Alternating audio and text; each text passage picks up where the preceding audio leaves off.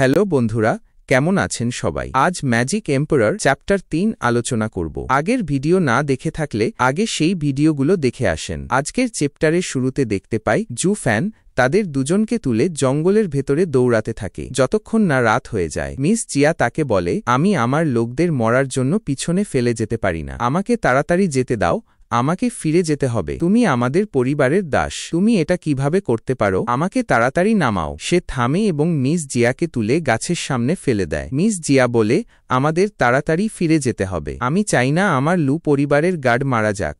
জু fan বলে, তুমি যদি ফিরে যেতে চাও ফিরে যাও, আমি তোমাকে বাধা দেব না, কিন্তু আমাকে একটা প্রশ্নের উত্তর দাও, তুমি কি সেখানে গিয়ে সব ব্যান্ডিট মারতে পারবে? যদি পারো তাহলে যাও। মিস জিয়া সামনে থেকে নীরব হয়ে যায়। জু ফ্যান মিস জিয়াকে নামিয়ে দিয়েছে, কিন্তু তার ছোট ভাইকে এখনো তুলে রেখেছে। সে একটু এগিয়ে যেতেই তার ছোট ভাই চিৎকার করতে শুরু করে। চিৎকার করে জু ফ্যানকে বলে, তুমি আমাদের দাস, তোমার সাহস কি করে হলো আমাদের সাথে এভাবে কথা বলার? তুমি তাড়াতাড়ি আমাকে নামাও, আমি আর আমার বোন ফিরে যাব এবং তাদের সাথে ফাইট করব। জু ফ্যান রাগে তার দিকে তাকিয়ে বলে, বাচ্চা, তুমি কি চাও আমি তোমার কাপড় খুলে তোমার পাছায় থাপ্পড় মারি?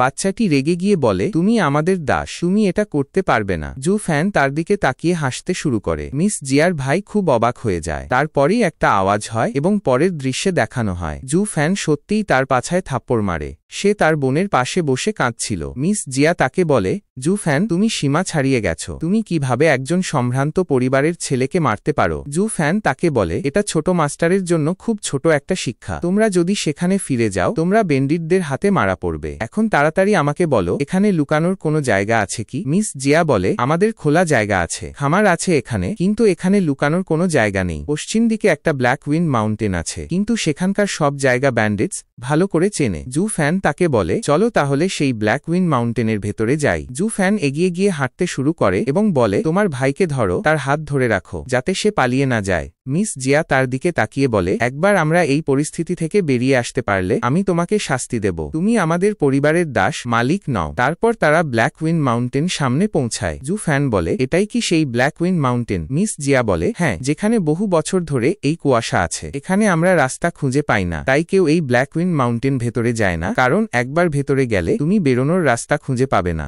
মিস জিয়া বলে, আমার এটা বুঝে পাচ্ছি না যে সান পরিবারের লোকেরা হঠাৎ আমাদের পেছনে কেন লেগেছে, আগে তো তারা কখনো আমাদের সাথে এমন করার চেষ্টা করেনি। জু ফ্যান তাদের বলে, এই জায়গা ফাঁদ পাতার জন্য খুব ভালো। মিস জিয়া জু ফ্যানকে বলে, আমার ছোট ভাইকে নিয়ে তুমি এই জঙ্গলের ভেতরে যাও, আমি ব্যান্ডেটসগুলোকে এখানেই থামিয়ে রাখি। জু ফ্যান তাকে বলে, আমি এটা করতে পারবো না, আমি এই বাচ্চাটাকে আমার সাথে নিয়ে জঙ্গলের ভেতরে যাব না, কারণ আমি রাস্তা চিনি না, তুমি যদি আমার সাথে না আসো আমি এই বাচ্চাটার খেয়াল রাখতে পারবো না, তুমি এখান থেকে চলে গেলে তোমার যাওয়ার সাথে সাথে আমি এই বাচ্চাটাকে মেরে ফেলবো। জু ফ্যান তাকে বলে, তুমি যদি সেখানে ফিরে যাও তুমিও মারা যাবে, তাই এখানেই থাকো, তোমার ভাইকে রক্ষা করো, তোমার জীবন বাঁচানো হয়েছে, তোমার লোকেরা সেখানে তাদের জীবন উৎসর্গ করেছে, তোমার জীবন খুব মূল্যবান, আমি চাই এখানেই এই জঙ্গলে ফাঁদ পেতে সান গাঞ্জিয়াকে শেষ করা হোক। মিস জিয়া তাকে বলে, তুমি কি পাগল হয়ে গেছো? তুমি একা তাদের সবাইকে কিভাবে হারাবে? তারা খুব শক্তিশালী, গাঞ্জিয়া শক্তি অনেক বেশি, আর তার সাথে আরো 4 জন লোক আছে যারা খুব শক্তিশালী। মিস জিয়ার ছোট ভাইও চিৎকার করে বলে, তুমি শুধু একজন দাস যার কোনো শক্তি নেই। মিস জিয়া বলে,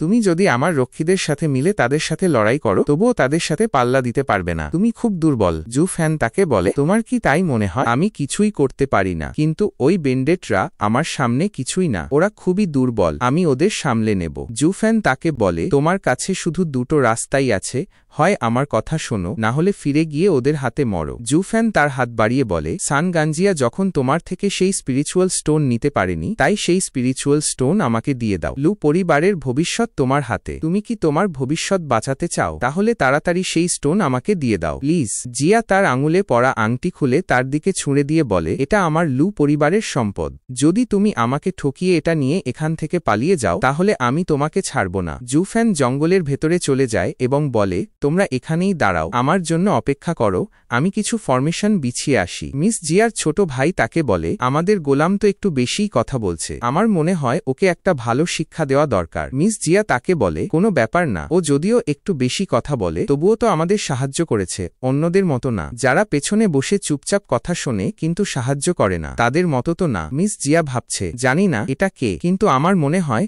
জুফ্যান বদলে গেছে। জুফ্যান ফগি ফরেস্টের ভেতরে চলে যায় এবং সেখানে তার ফরমেশন বিছাতে থাকে এবং সেই আংটিটা হাতে নিয়ে কিছু মন্ত্র বলে, যার ফলে আংটিটা জ্বলতে শুরু করে। মিস জিয়া এবং তার ভাই, যারা একটি পাহাড়ের চূড়ায় দাঁড়িয়েছিল, তারা দুজনেই দেখল ফগি ফরেস্টের সমস্ত কুয়াশা অদৃশ্য হয়ে গেছে। জুফ্যানও ফিরে এসেছে। মিস জিয়া জুফ্যানকে বলে, এই সব তুমি করেছ, এই কুয়াশা কিভাবে অদৃশ্য হলো? জুফ্যান তাকে বলে, প্রথমে শান্ত হও। হ্যাঁ, এইসব আমি করেছি, এর জন্য চিন্তিত হওয়ার দরকার নেই। জুফ্যান তাকে বলে, আমার পিছনে ফগি ফরেস্টের ভিতরে এসো, আমি তোমাকে কিছু জাদুমন্ত্র শেখাবো, যার সাহায্যে তুমি এখানে পাতা ফাঁদগুলো অ্যাক্টিভ করতে পারবে এবং তাদের মারতে পারবে। মিস জিয়া অবাক হয়ে বলে, কিন্তু তুমি জাদুমন্ত্র কোথায় পেলে? তুমি কি তাদের এভাবে হারাতে চাও? তারা তার পিছনে পিছনে হাঁটতে শুরু করে। মিস জিয়া ভাবছিল, জাদুকরী গঠন এবং বিন্যাস খুবই গুরুত্বপূর্ণ। মার্শাল আর্টের কৌশলগুলোও এদের সামনে অকেজো, কিন্তু জুফ্যান তো শুধু একজন দাস, তার কাছে এই জাদুকরী গঠনগুলো কিভাবে এলো? মিস জিয়া তাকে বলে, তুমি এটা কিভাবে করবে? জুফ্যান তাকে বলে, আমি এটা কিভাবে করব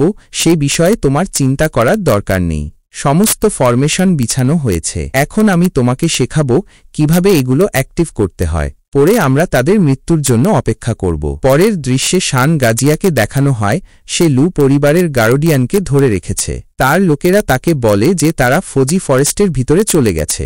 গার্ডিয়ান